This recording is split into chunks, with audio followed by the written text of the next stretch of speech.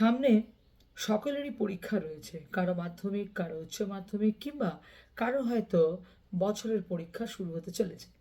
এই সময় অনেক বেশি টেনশন কাজ করছে। আজকে দুটো টোটকা আপনাদেরকে বলবো। এই দুটো উপায় করলে আপনারা অন্ততপক্ষে মনোযোগ এর সাথে বাড়বে।